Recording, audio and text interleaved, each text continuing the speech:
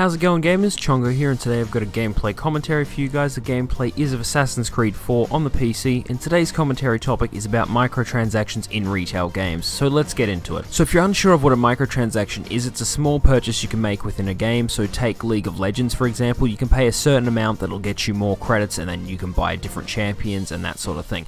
Now this is usually seen in free-to-play games because that's how they actually get their money. Some people don't really like microtransactions at all. I seem to think that they're okay depending on what kind of game they're in. If they're in a free-to-play game, that is perfectly fine. I don't have any problems with there being in a free-to-play game. But when they come into a game where you've already paid, you know, $60, $100 or however much for that game, that's when it gets a bit iffy. So it seems like with the Xbox One, Microsoft is trying to push microtransactions into some of their full-price retail games, as well as some free-to-play games, because one of the games that they have is Killer Instinct, and this is my opinion on the right way to do microtransactions. It's a completely free game, however, you only have one character and you can pay more money to get more characters. I think this sort of way works because if you just like the one character, you can play the game for free, and then if you feel like you're playing the game a lot and you want to give, you know, the developer and the publisher some money, you can then pay, which I think is a really smart move, but you shouldn't have this kind of stuff in full-priced games. Now, two other games on the Xbox One that do have microtransactions is Rise, Son of Rome and Forza 5. Now, I think it's very bad to have microtransactions in a game like this.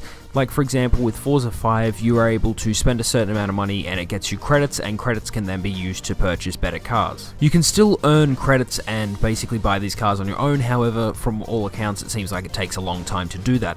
Now, this is sort of like a microtransaction that I would personally never take place in, mainly because I don't see the point of paying a certain amount of money to get around playing the game. That's what it sort of sounds like to me. I'd rather earn the cars as opposed to just, you know, spending a certain amount of money, I've got all the cars, I've finished. I don't see the point of that. I'd rather, you know, work up to getting those cars. Now, most people see through microtransactions in full retail games and just see that they, you know, they're like a way for companies just to make more money. That's it. It's simple. It's no real smart way. It's not like DLC, because with DLC they spend time and effort making this new content for a game and then they offer it to you for a price. That's fine. With most microtransaction systems, it's like they've designed the game and they go, hey, that seems like it's a little bit grindy. How about we, you know, give people a chance to get past it if they give us some money? That's not making anything new. That's just making an easy way to get around something and saying, if you give us some money, we'll help you with that. So although most gamers hate microtransactions in retail games, I can see they're still going to become more popular, mainly because they're easy to put into a game. It's easy to say, oh, just give us some money and we'll help you around the section, or we'll make it easier for you, as opposed to spending months making something completely new. Like for Forza, for example, making a new car to put into the game,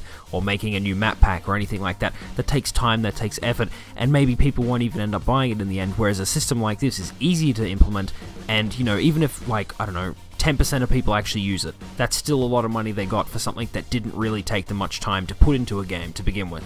Now, some people seem to say that this is basically one of those things where if you don't like it, you shouldn't pay for it. However, I'm kind of against that as well, because it seems like they're getting to the point where they're trying to push to do more and more stuff like this. It started with Day 1 DLC that people got mad at. However, I was sort of, you know, a little bit further back from that. I was like, it's okay, because when a game goes to make gold or whatever, they have about 2 months before, you know, when they've actually finished the game completely, it's being made in mass production.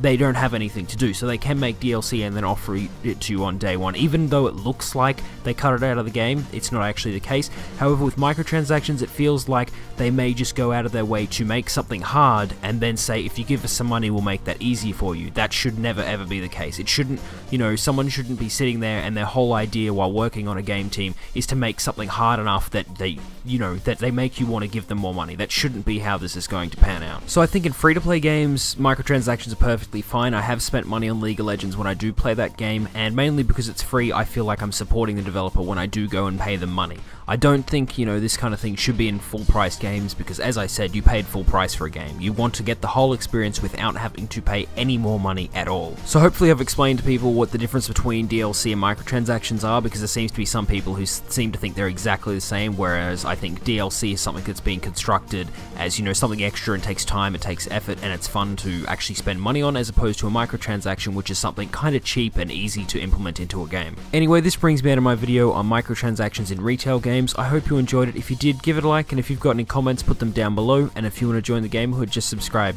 Anyway, I'll see you guys next time.